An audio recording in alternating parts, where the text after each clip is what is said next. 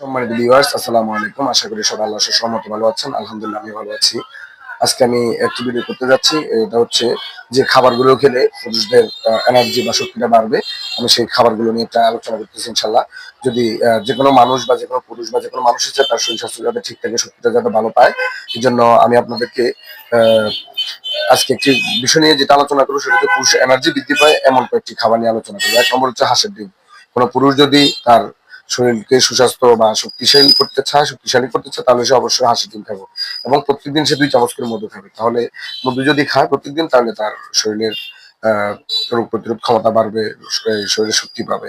৩ নম্বর হচ্ছে হলো কাঁচা ও ভাজা রসুন। আপনি রসুন কাঁচাও খেতে পারেন, ভাজাও খেতে পারেন। এরপর হচ্ছে কালো জিরা এবং কালো জিরা ভর্তা।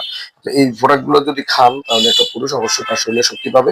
এরপর হচ্ছে ভিজিয়ে রাখা ছোলা, যে আমরা বুটের ডাল বা বুট মরিচের সাথে যেটা খাই ছোলা, ওইটাও যদি খাই তাহলে আপনার ইনশাল্লাহ অবশ্যই পুরুষদের শক্তি থাকবে। আর বিস্তারিত আপনার জানার জন্য কমেন্ট বক্স করে দেবেন। আসসালামু আলাইকুম।